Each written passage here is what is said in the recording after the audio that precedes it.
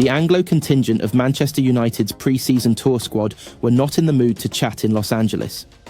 In lieu of surly senior teammates, Ahmad, a shy and softly spoken 22-year-old, stepped up onto the dais for a press conference in the University of California, Los Angeles. From addressing the press to initiating the press, Ahmad is now a firmly established first-teamer at United. It was fleeting under Erik Ten Hag at the start of the season, and all the signs suggest he will retain that status for longer on Ruben Amorim's watch. 3 assists in 2 starts do not do Ahmad justice. He made United's second goal against Everton happen by robbing Jared Branthwaite off the ball.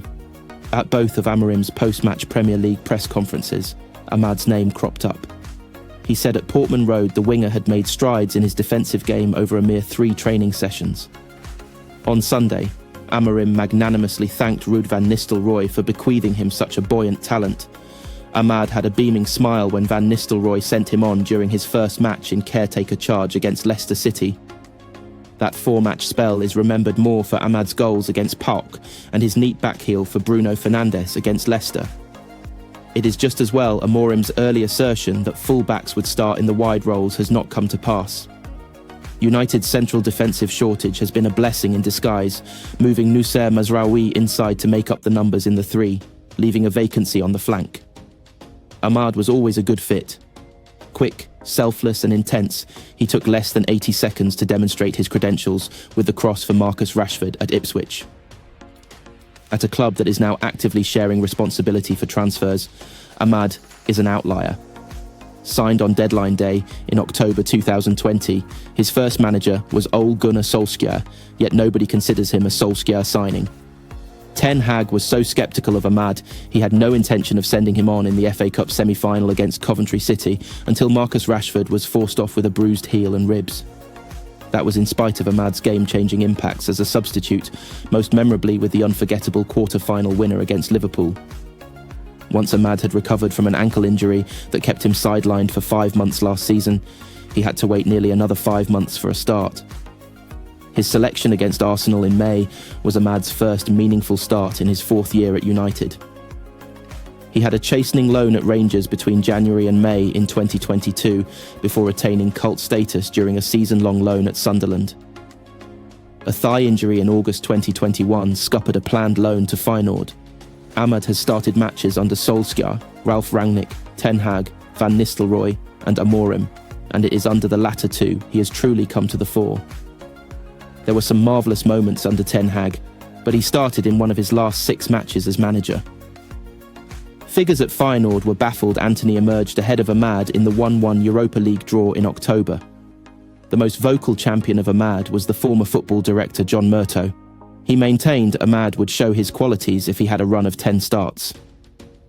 When he did at Sunderland, he scored 6 goals. He overcame an early managerial change, usually a death knell for a loanee, on Wareside when Tony Mowbray replaced Alex Neil. Mowbray is an unsung hero in Ahmad's development.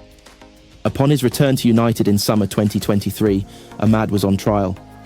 Either he or Facundo Pellistri were scheduled to head out on loan. Ahmad hurt his ankle in July against Arsenal in New Jersey, left the MetLife Stadium on crutches, and did not play again until December 30th. Pellistri had to stay. Come the new year, Pellistri's number was up. He struggled in his 4 starts, and another La Liga loan was lined up.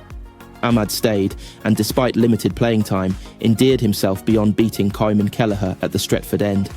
United's interest in Amorim's prodigy at Sporting, Giovanni Quenda, another left-footed right-winger who occupies the same role as Ahmad, should not be viewed as ominous for United's number 16. Quenda is only 17, and those close to him have likened him to Bukayo Saka. Bernardo Silva half-joked that he will steal my place. The scope is there for Quenda to develop into a forward. In Amorim's 3-4-3, he could be one of the 2 behind the striker. So could Ahmad. The new United Brains Trust identified him as an integral squad member in the summer.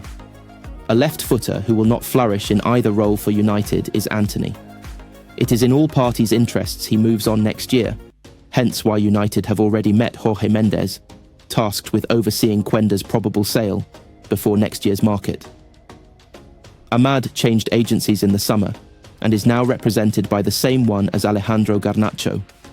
He has technically entered the final year of his contract, but United are expected to trigger their one-year option before looking to tie him down. Lenny Yoro is set to be included in the Manchester United squad for their Premier League fixture at Arsenal on Wednesday.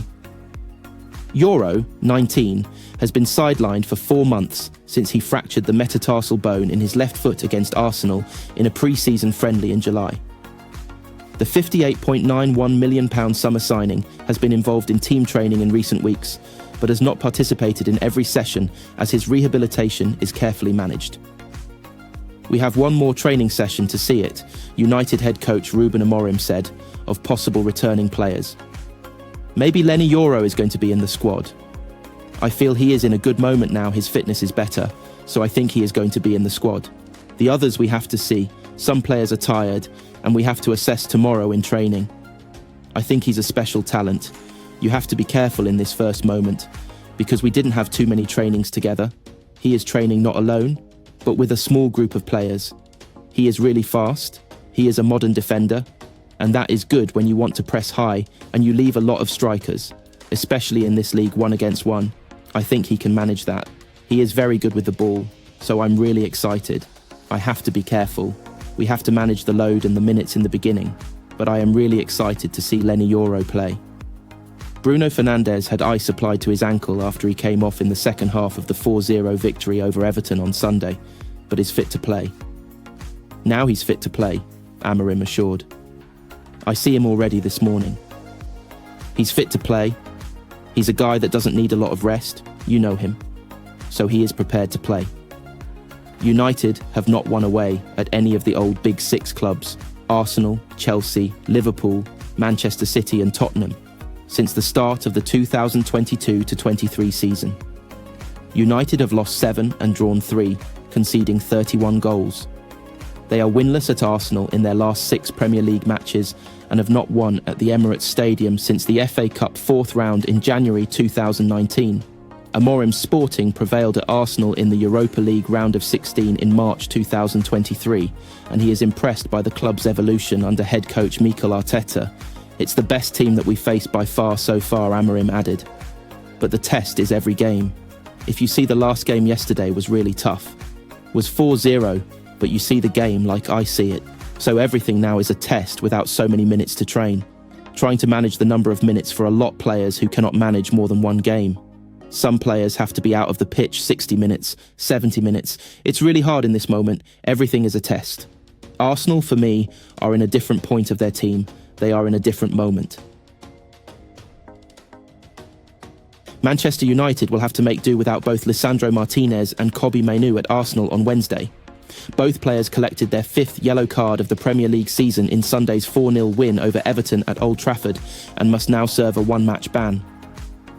Mainoo, who was making his first appearance since the 0-0 draw with Aston Villa on October 6th, was cautioned 4 minutes into the second half, before Martinez was booked just 2 minutes later. Premier League rules state that any player that amasses 5 yellow cards within their club's first 19 matches of the season must serve a one-match suspension. No other United players are in immediate danger of being handed a ban of their own. With Martinez and Mainoo both ruled out of the midweek trip to the capital, Men's Sport has had a look at 3 different ways United could line up without 2 of their most important figures. Given Martinez provides balance to the back 3 by being left-footed, it would make sense to replace him with a left footer. Luke Shaw is the most obvious candidate to step into the void Martinez will vacate amid his previous experience of playing as a centre-back. Shaw made his 3rd straight substitute appearance against Everton, climbing off the bench in the second half, and has now stored 98 minutes under his belt over the last 3 games. He has looked comfortable and should now be pushing for a start. Manuel Ugarte was a surprise omission from the starting 11 at the weekend, making way for Mainoo, but he will offer United the steel and grit in the middle they are likely to need at the Emirates. He has not started a league game since being reunited with Ruben Amorim at Old Trafford. Harry Maguire was back in the squad and back on the pitch for the first time since October 6th against Everton on Sunday. He stepped off the bench in the second half, replacing Noussair Mazraoui with 56 minutes played. Maguire has demonstrated with England in the past that he is comfortable playing in a back 3, but the prospect of him replacing Martinez would require a defensive reshuffle given Maguire is right-footed and would be better on his favoured side. Mazraoui has played at left-back for United this season, meaning he could be an option to plug the gap on the left side of the defence. In midfield, Bruno Fernandes could drop deeper to play as one of the two central midfielders, just as he did against Bodo Glimt. That could open up a window of opportunity for Mason Mount to return as one of the two number 10s. Having not made the bench for any of Amorim's first 3 games in charge, the chances of Lenny Yoro making his competitive debut for United from the start away at Arsenal are unlikely. However, stranger things have happened. It is every United supporter's dream to see Yoro make his competitive bow and start to show why the club was so determined to beat Real Madrid to his signature in the summer. The consensus is that he will eventually become United's first-choice right-sided centre-back. Casemiro, despite starting at the weekend, is a logical option to start against Arsenal because of his defensive nature. It would make sense for him to be partnered by Ugarte, who is also a defensive specialist. They performed well as a midfield partnership under Ruud van Nistelrooy,